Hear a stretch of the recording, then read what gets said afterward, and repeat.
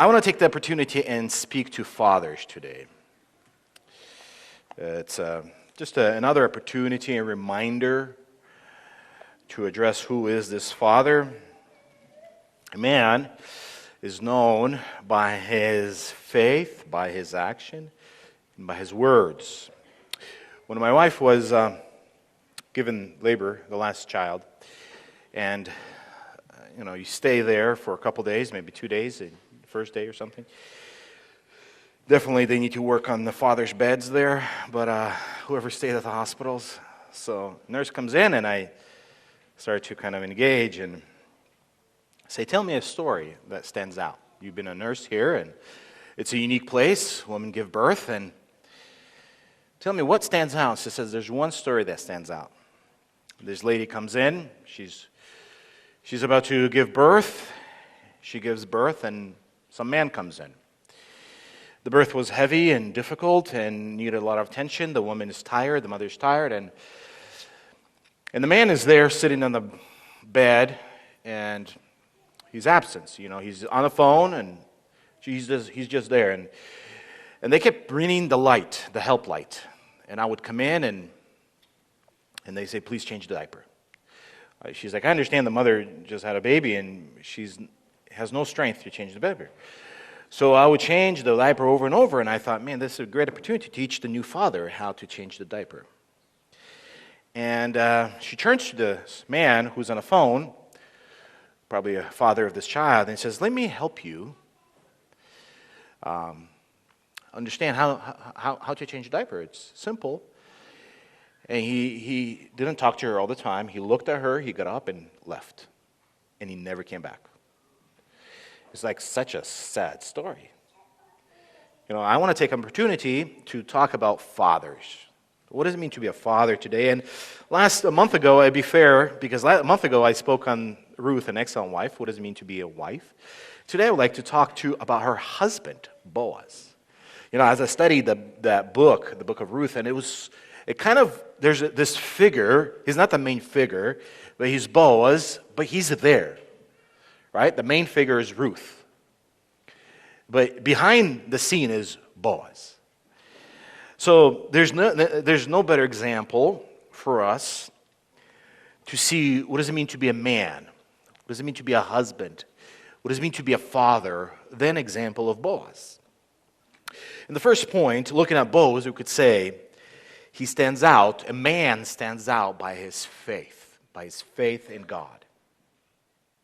Boaz comes into picture in chapter 2.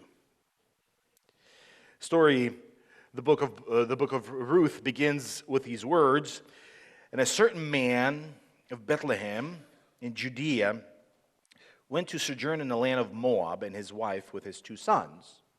This is not Boaz, this is Elimelech. It begins with a family moving, looking for a better life, a family who has 2 sons, who has wealth. We see in verse 21 they were rich, because Naomi says, we had everything and I came with nothing. And we know the context is famine. Famine has been a problem for most of the years, except the last year here. It depends where you live. There's still famine in other countries. And this family is a family of Elimelech. It sets in such a way that it is his decision to move. And he moves to the land of Moab. When we look at the spiritual condition of this time, we see there was also a spiritual famine. This took place during Judges. Because in the text says, now it came about in the days when the judges governed. During the Judges period, people did not obey the Lord. And there's nothing good to say about people during this period. Judges 2:17 describes the condition.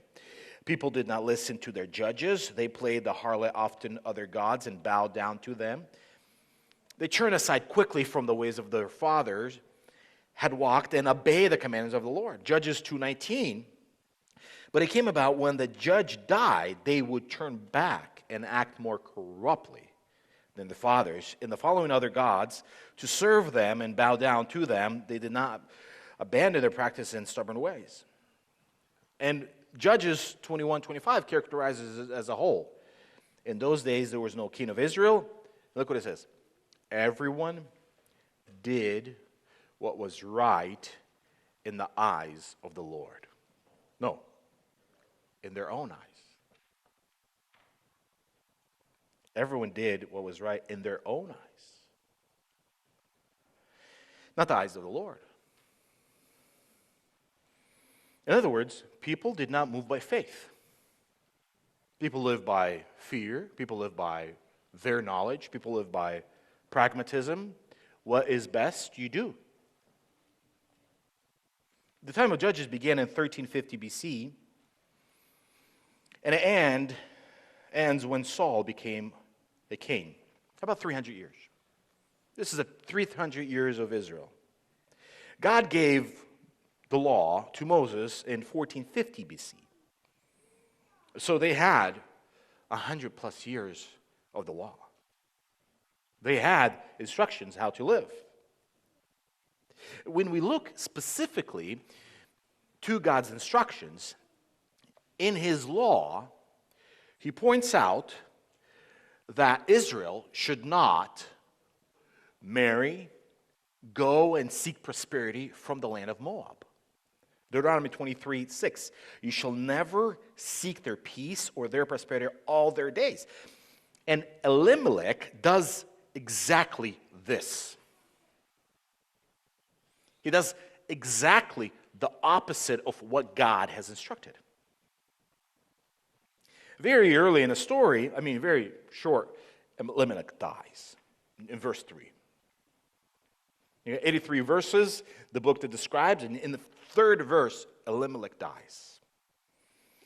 Naomi, his wife, marries their two sons to Moabite woman. Exactly what God says not to do. Because her sons now become her support. She stays there for 10 years. And then we don't know the reason. We don't know the reason why Elimelech died. We don't know the reason why her two sons died. She left without a husband, without a son, without help. She has to come back to her people, to the city of Bethlehem. And now with her comes one of her daughter-in-law, Ruth, who also is a widow who lost a child, lost a husband. Now Boaz comes in chapter 2. There's a lot to say about Boaz because from chapter 2 to the end of chapter 4, Boaz becomes the figure in redemption. Boaz, he owns the land. And in chapter 2, verse 1, it describes him as a kingsman of Elimelech. A kingsman, great wealth. It describes this man has great wealth, and it also describes he's a family of Elimelech. Kingsmen most likely refer to someone who oversaw Elimelech's property. God prohibited for the people to sell their land.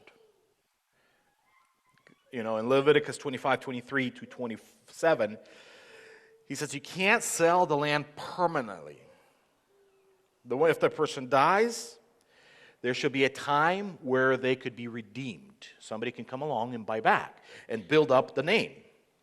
The family deserves the right at a certain time to come back and buy the land. Leviticus 25:25. If a fellow countryman of your becomes so poor, he has to sell part of his property, then his nearest kinsman, his nearest kinsman, is to come and buy back what his relative has sold. So in other words, it kept in a family. That's how God instructed them. Boaz somehow connected here to them, most likely, and the text doesn't say this, but I'm thinking further than the text, most likely when Elimelech left and moved to Moab, Possible that Elimelech turned his land to Moab. Here's the paperwork. Here you have the responsibility to watch over. That's the text doesn't say that clearly, but I'm thinking this way. He comes in to his property. Just another day of work. He arrives. And he's introduced in the book as a man of faith. Does everything according to what the scripture says. He welcomes his workers, and he says, "May the Lord be with you," Ruth 2:3. In response, the workers say, "May the Lord bless you." A typical greetings that Israel would practice, "The Lord be with you," in Judges 6:12 and other passages. Boaz here presented as a man of faith. He loves God, he fears God, and every decision that he makes in the context of faith. You know, how do we make decisions? How do we make decisions?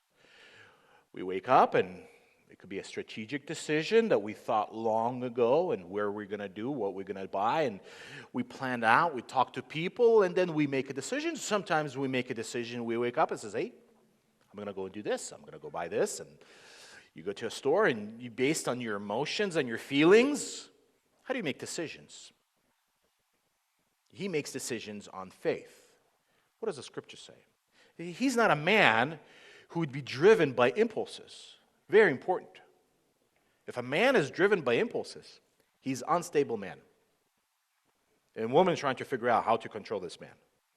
What impulses, what buttons to press so he would be controllable. Ruth comes into the field, and he notices.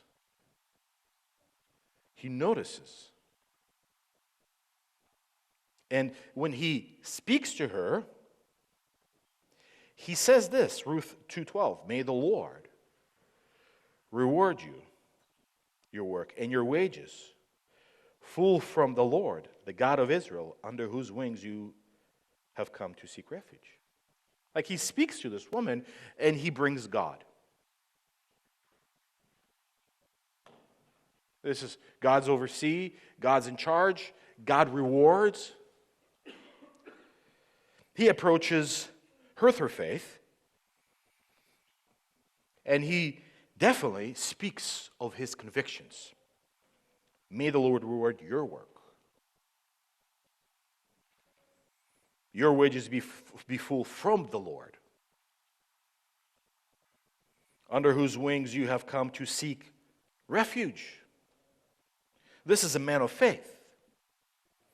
And out of faith, he lives. When Ruth later in chapter 3 comes to ask him to redeem her, interesting story here. This was how culturally they would speak, because a brother dies and brother of another brother marries this woman, and he responds to her in faith.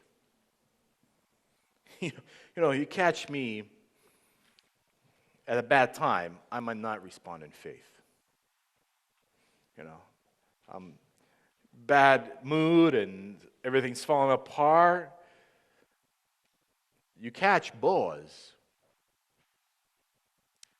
out of whatever, he responds in faith. Look what it says, Ruth 3:13. "But if he does not wish to redeem you, then I will redeem you as the Lord lives."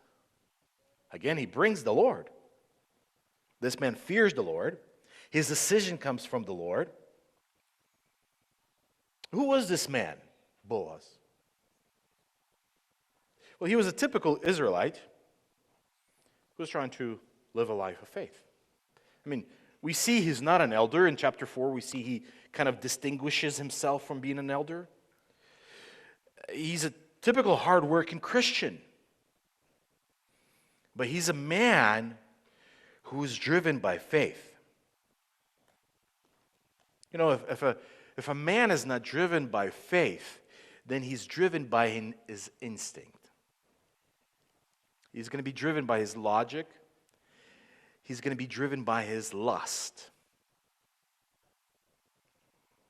He would not be guided by faith. So it's very important for the father, for the husband, for the man to know God.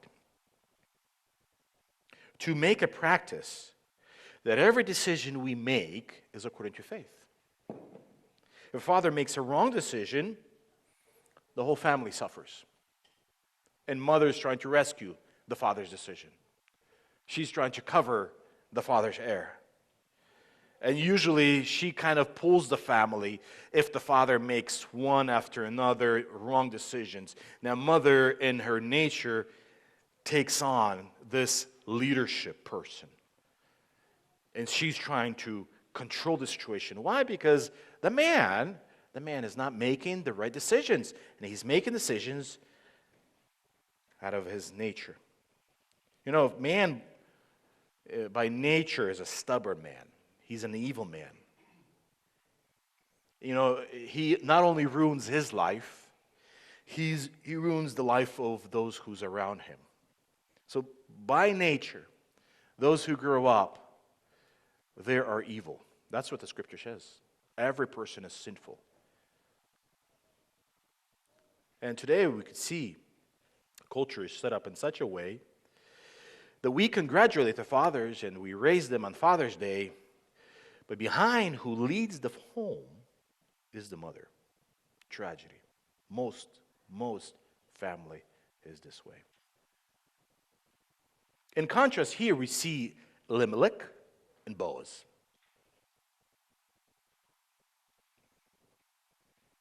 Elimelech, who does what he wants.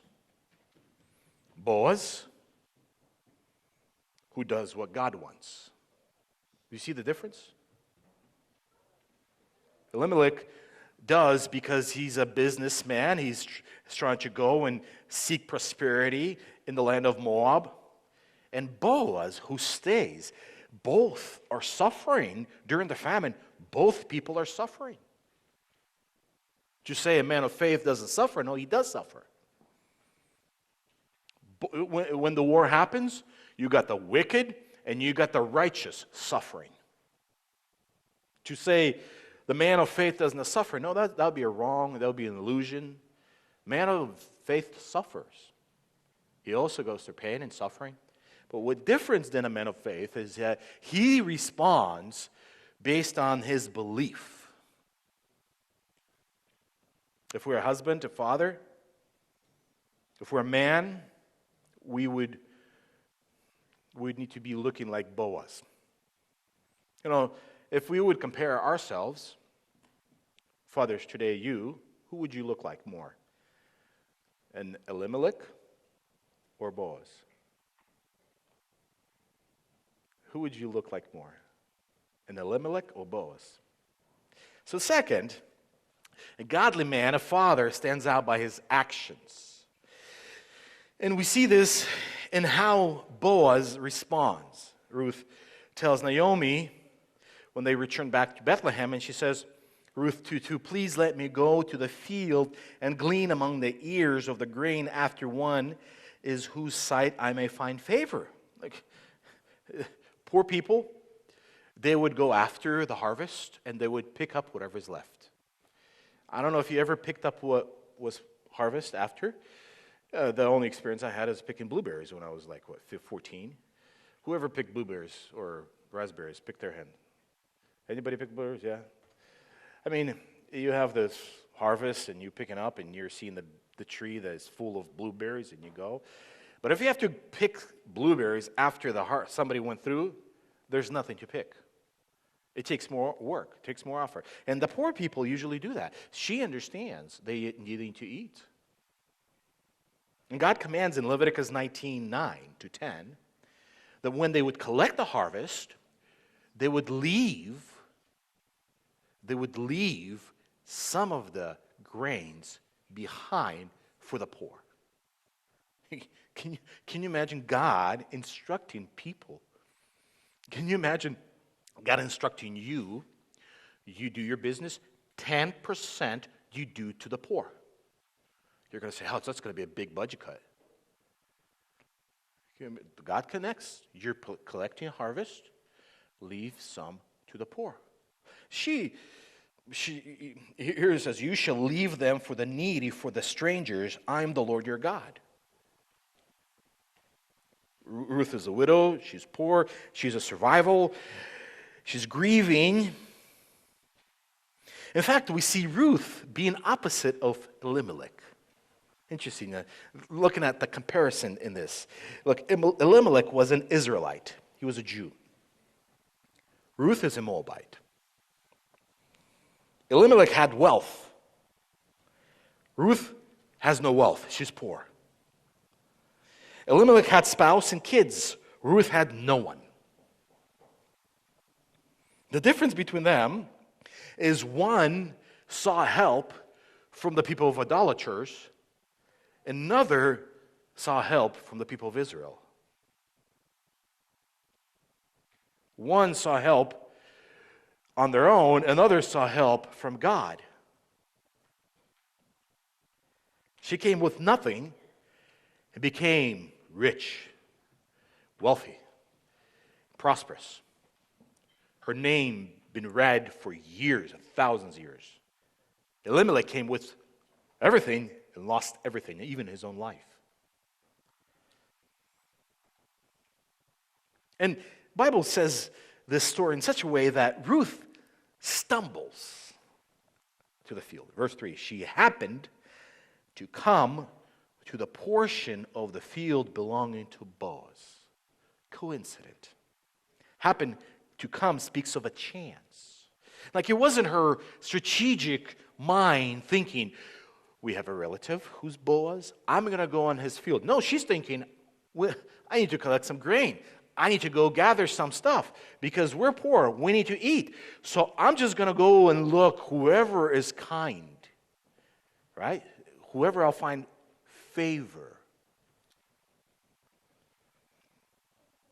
We can see how God works through this chance, coincident. That's how God works. God works. You know, sometimes you try planning something, it doesn't work out. And sometimes you need something, you don't plan anything, and boom, it works without even planning. God works in a certain way without even us knowing that he's working. Naomi and Ruth did not discuss, here, go to this field. She says, no. I just need to go. We know there's no chances in our lives. And it says also, happened at this time, Boaz visits his land. And he notices her.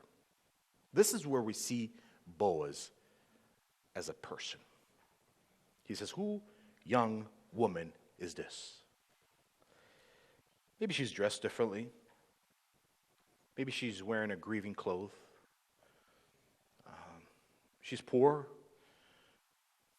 Maybe Boaz knows his workers well, everybody on the field. He's that steward. He's engaged. He understands everybody. He engages in everybody's needs. He notices there's a strange person on the field. And his workers is it's Ruth, the young Moabite woman who returned with Naomi from the land. And the story doesn't end here. I mean, I thought about this and I said, what if it was us? You come to your land, you have workers, and you notice somebody picking up grains. What would be a right response? Leave her alone. Let her be there. No. The story begins here showing Boaz's character. Boaz goes and he talks to her. That's interesting. Boaz goes and he talks to her. Ruth 2:8-9. Then Boaz said to Ruth, listen carefully, my daughter. Do not go to the gleaned in the field. Furthermore, do not go on from this one. but stay here with my maids. Let your eyes be on the field which they reap, and go after them. Indeed, I have commanded the servants not to touch you. When you are thirsty, go to the water jar and drink from what the servants drew. How many,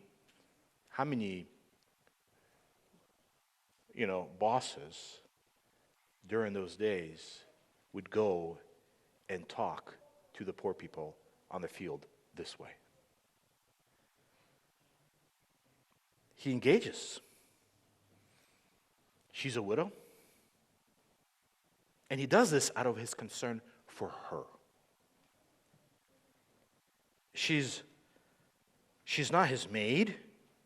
She's not his worker. She's not his family. She's a beggar, a foreigner. She calls herself, I'm a foreigner. He comes and he speaks to her. And he speaks to her not to limit her. Hey, don't pick up too much. Don't rob my fields. He could have said, right, stay away. Why don't you go see somebody else who can help you? No, he doesn't do that. He says, don't go to other fields. Stay with my maids. I have commanded my servants not to touch you. Here in the context of sexual harassment. A woman on the field, especially widows, especially those who had no husband, were prey for man sexually. They would harass them. And that's in every culture. That happens everywhere. No one to protect her, but here he instructs his workers. Don't even think about. The fact that he did that says there's a need to say that. She could have told her mother-in-law, I'm a woman, I'm going to be, out there alone, they're going to might hurt me. Ruth doesn't do that, but she seeks God's help by going and doing what is right. Boaz now takes care of her. We tend to look at people by external factor. We tend to look at how they look. If the person properly dressed. It depends if he wears certain kind of clothing, shoes, pants, shirt, does he wear shorts, how he's dressed. And I told the story already once, but we were looking at one property for our church, and one of the property came up, and they said, hey, come, we're going to look at it now. And me and another brother from our church, we arrived, and I just grabbed some slippers, and I think we bought them at the dollar store or something. They're thick, and it's just slippers I wear. They're not fancy. They're not something that you would spend maybe $30, $40, $50, $100. Just a couple bucks. When I approached this lady, she looked at my slippers. She was reading me by my clothes, right? Because that's how they are taught to read. Who is this man? Is he wealthy? He would express in the way he dressed. We look at how much people have, what they have, house, cars, how much money they have, how much they make. We look at if the person has authority. What authority? What position does he hold? A mayor, maybe a minister, maybe a boss. Yet we fall short seeing life, seeing just life. We fall short noticing others the way God notices others. There's an interesting story in the Bible between Sarah and Abraham. Sarah was not able to have children. So she proposes to Abraham to have her Egyptian maid. He would go in and sleep with her and have a baby with his maid. And culturally, that's how it's done. If a woman was a barren woman, culturally, she would provide her maid. And when the maid is ready to deliver, she would sit on the barren woman on her knees, and she would deliver. And then the woman would take that child to herself. So it's a cultural way to get out if the person can't have babies. So this woman, Egyptian maid, delivered. Sarah started to treat her maid harshly. The Bible specifically says she was treating her harshly. And the maid decides to run away. Here she delivered. She has a young baby. An angel finds this maid in the spring of water in the wilderness. And the angel says, return to your maidstress and submit yourself to her authority. But look what it says. Genesis 16:11. Look what it says. Behold, you are with child, and you will bear a son, and you shall call his name Ishmael, because the Lord has given heed to your affliction. Look what it says. The Lord has given heed to your affliction. The Lord noticing you. The Lord noticed your pain. And she responds in Genesis 16:13, you are a God who sees. God sees every life that is hurt. That's how God sees it. We see it through certain standards of each other. We see it if you're rich, I'm your friend. If you're poor, what do I get from you? That means I have to give you stuff. Boaz notices this woman and seeks out to help her. When it came to eat, what did Boaz do? Verse 2:24. Come here, that you may eat of the bread and dip your piece of bread in the vinegar. I mean, it's lunchtime. She came, she should have brought some lunch. Oh, he calls her. Sit down. Here's some bread. A godly man is known by his action. His action are focused to build up a person versus to break down. They are focused to protect versus to rob. They are focused to guide versus to abandon. Every father, every man is put in this position. If you're a male, you are put in this position to build up, to protect, to guide, to instruct, to lead, to help. How we, in this culture, we're in need of real men like Boaz, who notices people, who cares for people, and it doesn't matter who they are, he's willing to be with them. We're not talking about compromise here in sin. No, not all. We're talking about in just general help. And Boaz here demonstrates to all the fathers, all the husbands, what does it mean to be a real man? Third, a godly man stands out by his words. And out of 85 verses that this chapter carries, 4 chapters, 85 verses, guess how many of the verses dedicated to Boaz's speech? 24 verses. Out of 85 verses, 24 verses dedicated to Boaz's speech. That means something. That means the way we say, or the things we say.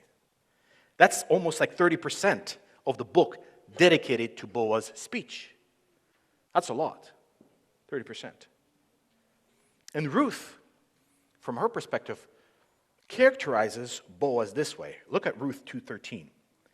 Then she said, I have found favor in your sight, my Lord, for you have comforted me, and indeed have spoken kindly to your maidservants, though I am not like one of your maidservants. You know, words mean a lot. How they are spoken, what tone they are spoken. Words mean a lot. Words could change a person's mood in seconds. You know, the things that we say has a profound impact. We don't pay enough attention to our words. Words shape our mood. Think about it. You tell your wife I love you. She doesn't go crying, and grieving. She's, wow, I'm noticed. Her mood goes up. Eventually, if you tell her you love her and you treat her negatively, those words doesn't mean anything. The book highlights that Ruth is no one. In chapter 2, verse 10, she says, I'm a foreigner. In chapter 3, verse 9, she calls herself a maid, which means a slave girl. She calls herself, I'm a slave girl. And then here she says, I'm not even your maid servant. I'm not even your slave. Maid servant is a slave also. And she says, I'm not even considered your slave. I'm lower than a slave. And then you comforted me. You spoke kindly to me. You comforted me kindly to me.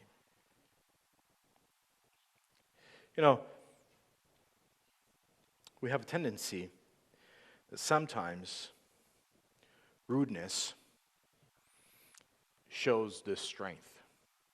Actually, it's the opposite. Rudeness does not show strength. What we say, we either build somebody up, or what we say, it destroys somebody. Our words have a profound impact on others. Either we build them up, or we destroy them. Today's the Father Day. Think about either father builds his child up, or father criticizes and destroys his child. The father just doesn't take time to teach a child. He just says criticism. You're good for nothing. We either build or destroy. We are kind or we are rude. Colossians 4:6, let your speech sometimes be with grace.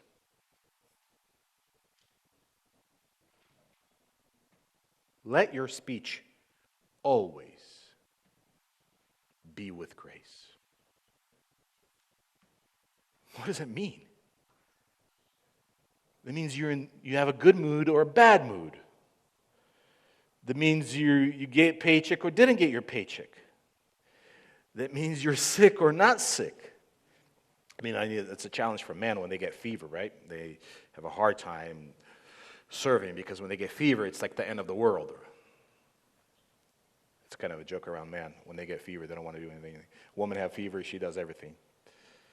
And he says, let your speech always be with grace, as though seasoned with salt, so that you will know how you should respond to each person.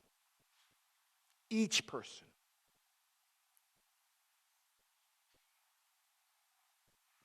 Everybody matters. Everybody matters. Our children matter. Our neighbor matters. Our coworker matters. Or a beggar matters. Each person. It means we're not to rush to say things. We are to know. We are to think about. What am I to respond? We are to put some thought to what would be the proper way to say. How many men just speak without even thinking? They blur out certain things and then they're like, I don't know why my family is falling apart. Well, it starts with your words, man. It starts with your words. Our speech is an indicator of who we are. There's another scenario that Boaz could have done. When he would come to the field and he would say, "Who's this person?" And they say, "It's Ruth." He would say, "Tell her that she needs to pick here, doesn't go there." He could have done that, right? When it was time to eat, he could have commanded his servant, "Go tell her she could come and eat." He could have done all that. No, but he's a man who cares. And he's a man who understands this is a grieving woman. She lost her husband. So he goes and he speaks to her. Part of the problem in our culture is that we don't talk to each other, and we don't talk to each other kindly.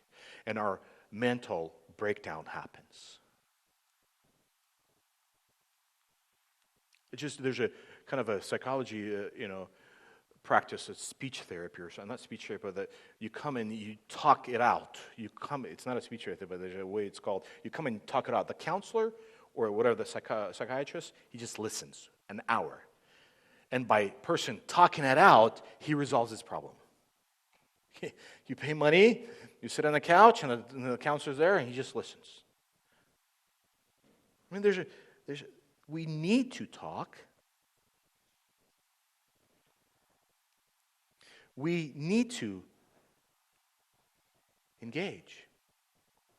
Every life matters. I'm sure if we look at our life right now, there are people in our lives that we've been rude versus kind. In chapter 3, there's an interesting story.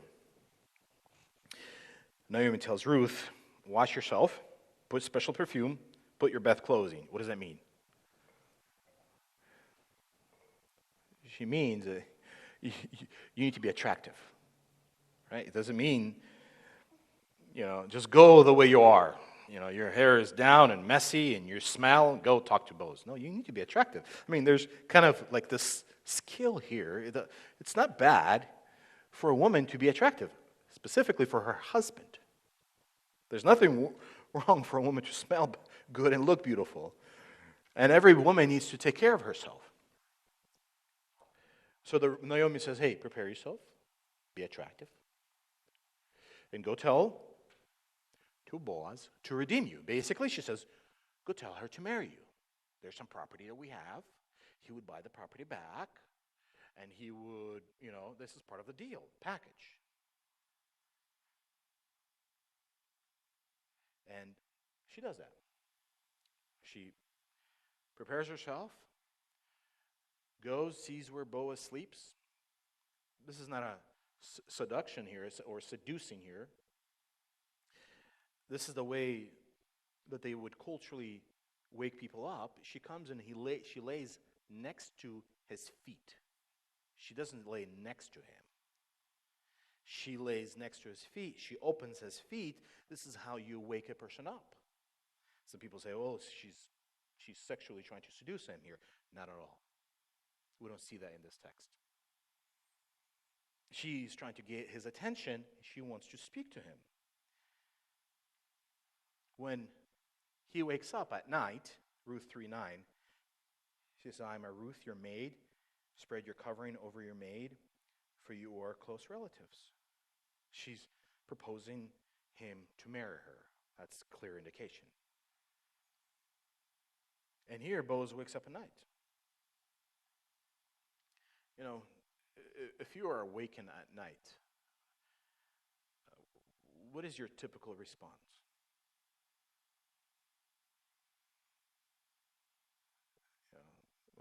My wife said the baby been fussy.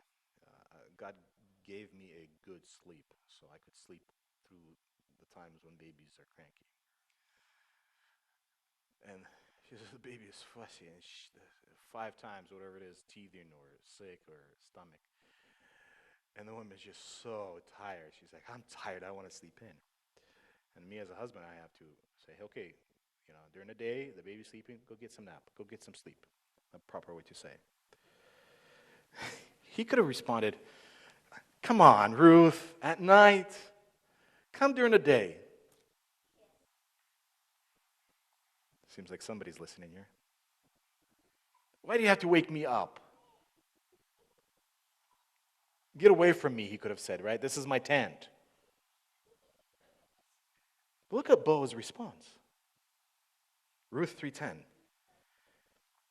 May you be blessed of the Lord. My daughter, you have shown your last kindness to be better than the first by not going after young men, whether poor or rich. Now, my daughter, do not fear. I will do for you whatever you ask. What kind of kind man he is. For all my people in the city knows that you are a woman of excellence. Now it is true I am a close relative. However, there is a relative closer than I. Remain this night, and when morning comes, he doesn't just kick her out. If he will redeem you, good, let him redeem you. But if he does not wish to redeem you, then I will redeem you as the Lord lives. Lie down until morning. Further, when it's time to go, he says in verse 14-15, let it be known that the woman came to the threshold floor. Again, he said, give me the cloth that is on you and hold it out. So she held it out. And he measured 6 measures of barley and laid it on her. Then she went out into the city. That's like 40 pounds, plus minus. That's a lot of barley. That's a strong woman. Every time he speaks, his speech is seasoned with salt. It's gracious. It's kind. Even Naomi knows that this man is a man of his word. In chapter 3, verse 18, look how Naomi responds. This is an older woman. 3:18. Then she said, wait, my daughter, until you know how the matter turns out. For the man will not rest until he has settled it today. That's the man of reputation. He doesn't just say things. He doesn't follow up. But he says things and he follow-ups. A good man, a righteous man, a man of faith, comforts, not destroys. He's not only kind and gentle, but he follows up with his words. There's another person, the Bible is full of characters that we could look and describe and learn from. There's another person in the Bible that is known to be harsh and rude. 1 Samuel 25:2-3. Now there was a man in Moab whose business was in Carmel, and that man was very rich. And he had 3,000 sheep and 1,000 goats. And it came out while he was sharing his sheep in the Carmel. Now the man's name was Nabal, and his wife's name was Abigail. The woman was intelligent and beautiful in appearance, the Abigail in the Bible. But the man was harsh and evil in his dealings, and he was a Calebite. Look how he characterizes.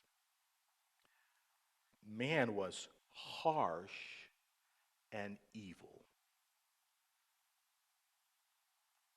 Harsh in the sense of hard, strict. He's a businessman.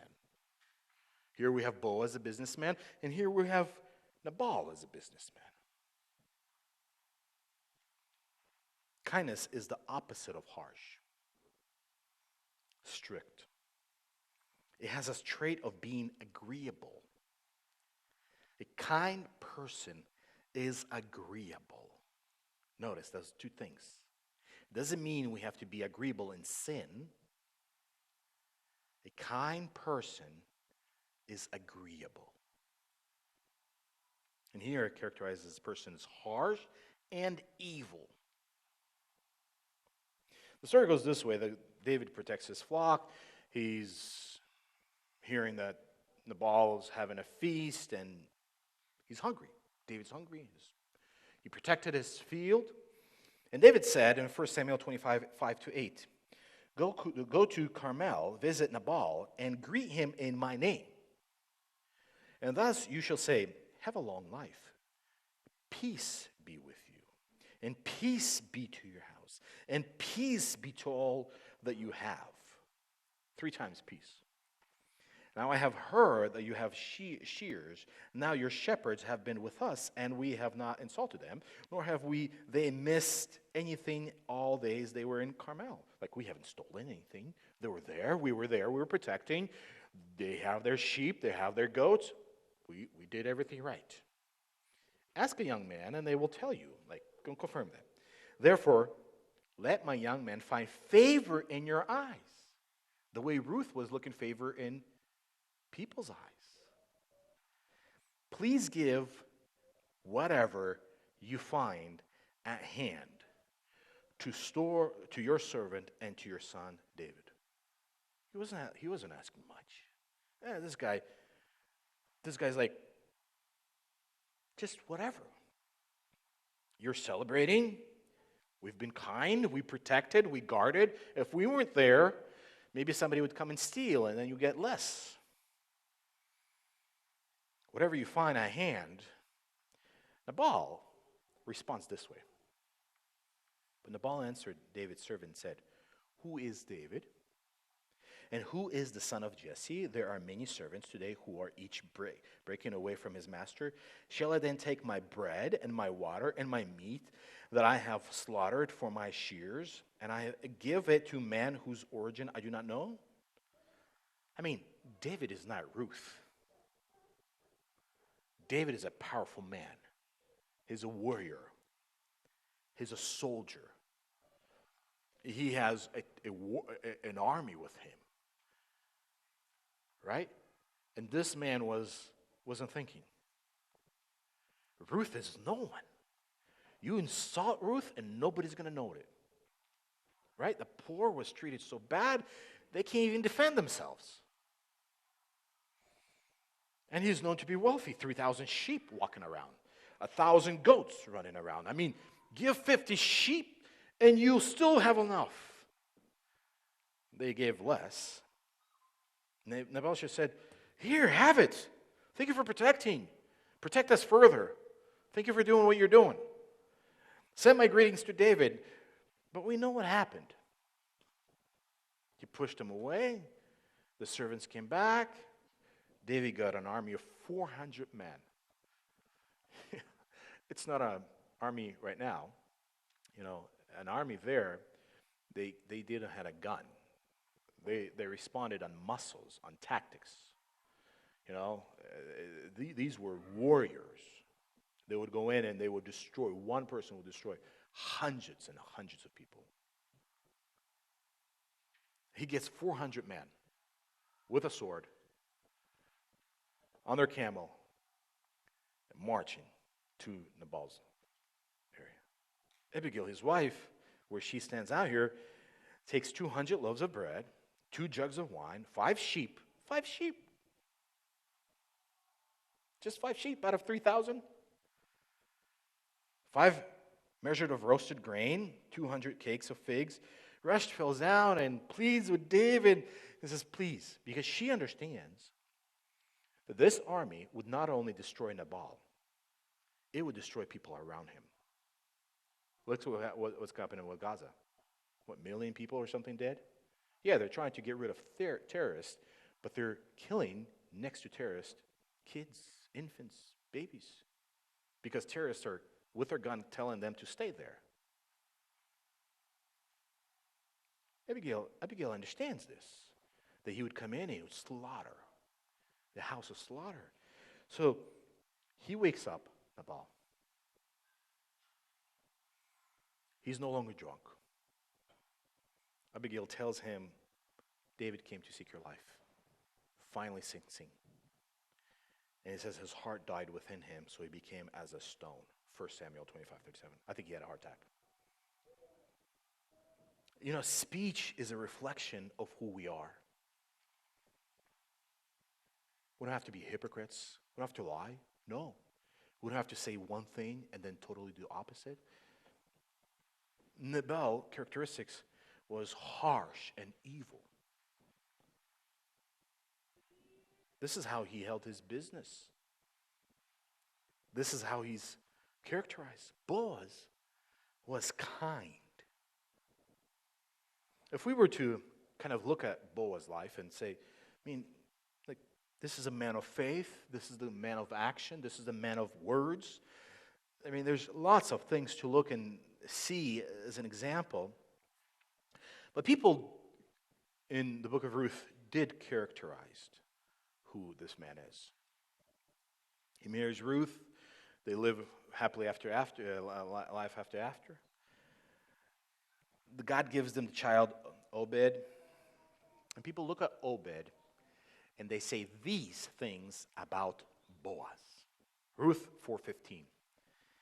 May he, that's the child, also be to you a restorer of life and a sustainer of your old age.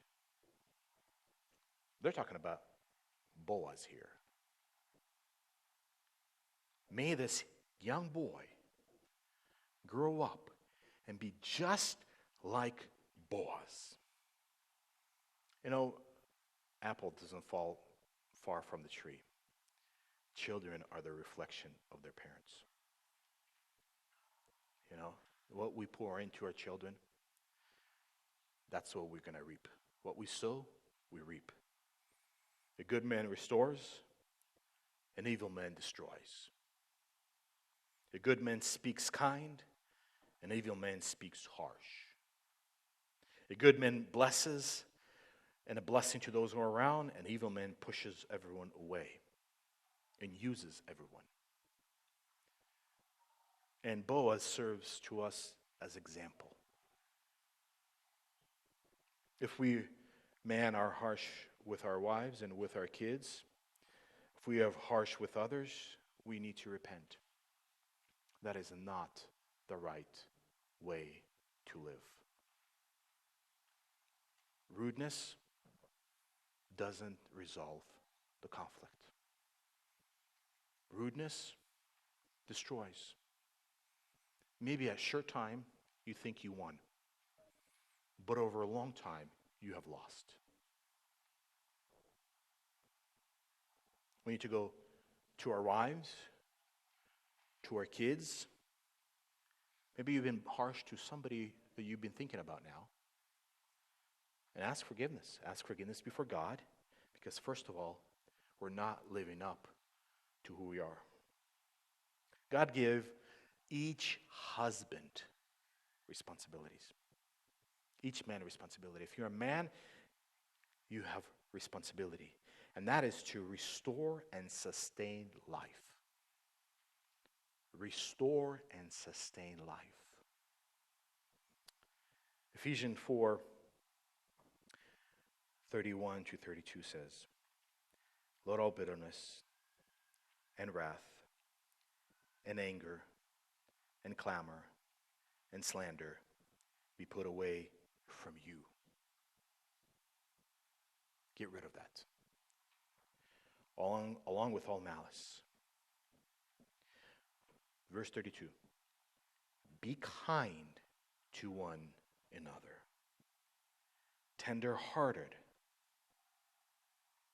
Forgive each other, just as God in Christ also has forgiven us. So, before we pray, man, fathers, husbands, who do you look more like? Elimelech or like Boaz? Who would you compare yourself to? Are you kind, gentle, loving, caring? Are you a man of faith or a man of impulses, driven by your desires, driven by your selfishness? And I hope, man, you would go the direction of being kind. Let's stand.